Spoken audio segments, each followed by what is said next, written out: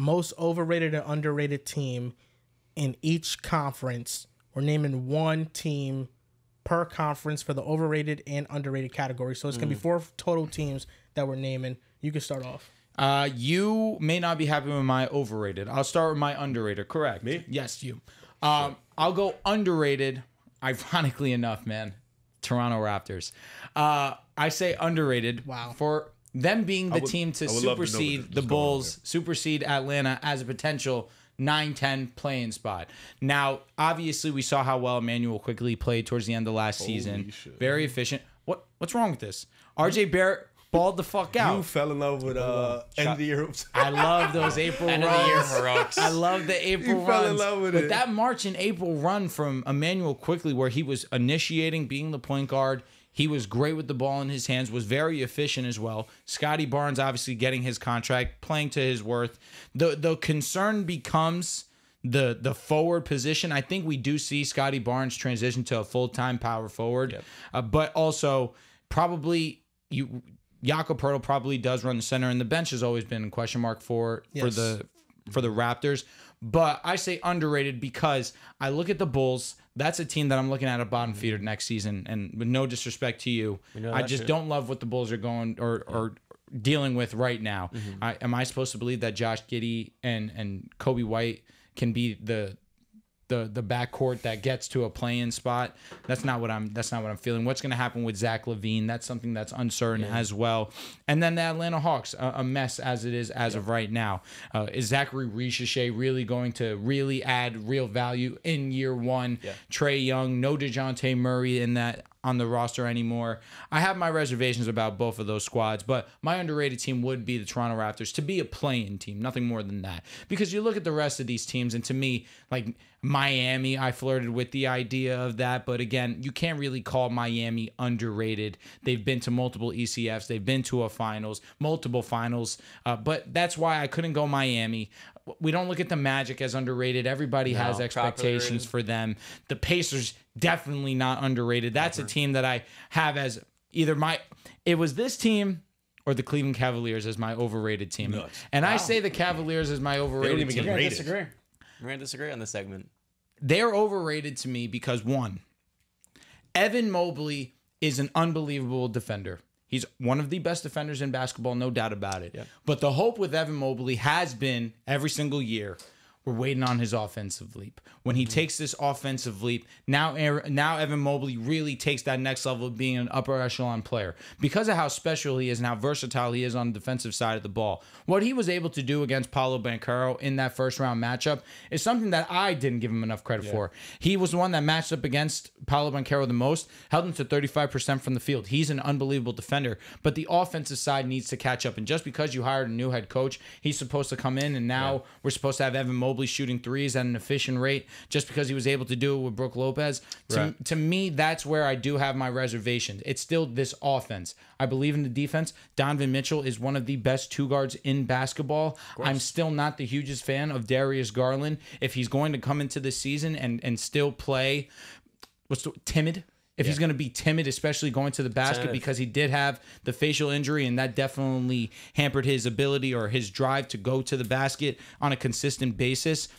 I'm not a huge fan of this offense. And because I have the questions about their offense, I don't know what my ceiling can be with them outside of what they've continued to be, whether that is a second round exit. And although they did have a great series against the Magic and they did get by in a 7-game series, I think the Magic improved. And if that were to be a round 2 matchup coming into this season, I'm leaning with the Magic. You know, I'm going to take a leap of faith with my underrated team because it's going to be the Cleveland Cavaliers. Last year, look at this team. It was a mosquito. I was going to say. I thought the mic was fine. Thank you. Really throat that thing. I'll think about it that way. Yeah. So Wow, that was a crazy response. last year, the Cavaliers dealt with a lot of injuries and ended up playing 48 games. Donovan Mitchell played 55. Darius Garland played 57. But we didn't see the Darius Garland of old. This offseason, they drafted Jalen Tyson in the middle of the first round. But I think what really intrigues me, for a guy that loves his sprint runs, Evan Mobley went from taking half of 3 points out of the game in the first 23 games. The second half of the season, took 2 of them and made 41%. Now, that's not a lot, but he did quadruple his volume. And I think he's always had the touch to be a shooter, but he's always been so passive and tentative that it's really just a mindset thing. And what I really like about this Cavalier team is you move on from JB Bickerstaff. I don't think they should have fired him. The defense will get worse, but the culture should improve. And I believe that Kenny Atkinson coming in is going to get more out of these guys offensively because he can instill more confidence. And one thing we saw in Brooklyn with a lot of those guys like Joe Harris and Spencer Dinwiddie, he gave them the green light. And I look at the Cavaliers offensively, I think they'll get better. And defensively, I don't think they're going to drop off out to the top 5 because their baseline is so high. Even if you lose the coach, the personnel is still there, and that's important. So why I think they're underrated, they're going to eclipse 50 wins this year. And they're not only going to win another first-round series again, but they're going to do so in a much more pretty fashion because that Magic series was not too good-looking. And then in the second round, Donovan's going to stay healthy, and they're going to make a push to the conference finals. Whether or not they get there depends on health. Wasn't there only 2 teams in the East last year to win 50 games? It was the Knicks and it was the Celtics. Celtics won Cavs are 60. like a game off. And so were the Bucks Bucks. They were 49. Yep. Who's your overrated team, John? My overrated team in the Eastern Conference, it's really pulling out of heartstrings because I don't think there's one standout group. You know, you mentioned a few of them. Like, I don't really think they're overrated. If I had to go with one, I would lean with Philadelphia. They won 47 games last year.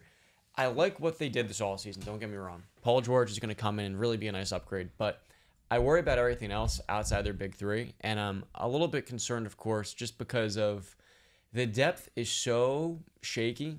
If one injury happens to that big 3, they remind me awfully a lot of the team I was so high on this last year that really did scar me, and that was the Phoenix Suns. I don't think they have quite enough playmaking around Embiid, and I also don't think that those 4th and 5th starter spots are going to be high-end enough to really support and elevate that awesome trio they've built. Because don't get me wrong, that's a special pairing that they've developed. The Raptors pick is interesting because I thought they had one of the worst off seasons this offseason. How so? I think they massively overpaid Emmanuel Quickly.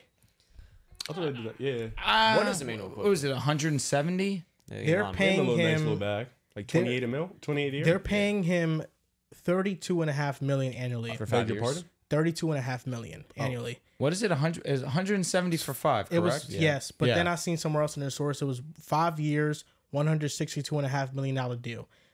He's making $30 million a year. You look at the players that are below him. At the time, it was Jamal Murray, but he just got paid. Derek White's below him. DeJounte Murray's below him. Andrew Nembhard is at 19 mil, way below. I'm fine with that. D'Angelo Russell's at 18 mil. I think D'Angelo Russell and Emmanuel Quickly, they're in the same tier. They're in the same conversation. And Colin Sexton. I'm not against that. It's just that Quickly's much younger. Yeah, Colin Sexton is making 17 mil, Colin's better, and I I don't think. think he's. I think Is they're in he? the same tier I as think he's well. better. So with Quickly, I thought the Raptors are kind of like a directionless franchise because they committed a lot of money to Quickly. You have a lot of money tied into RJ Barrett. You just paid Scotty Barnes. Scotty Barnes is a great player, obviously, but just like the supporting cast around Scotty Barnes, unless they get a high draft pick, it's gonna be a middling team that's always gonna be either barely making a plan or outside the plan, unless Emmanuel Quickly or RJ Barrett take a massive leap. And at this point in time, I don't know if I'm really putting my trust in that. Quickly can. He showed that towards the end of the last season. Yeah. The Raptors are low-key extinct.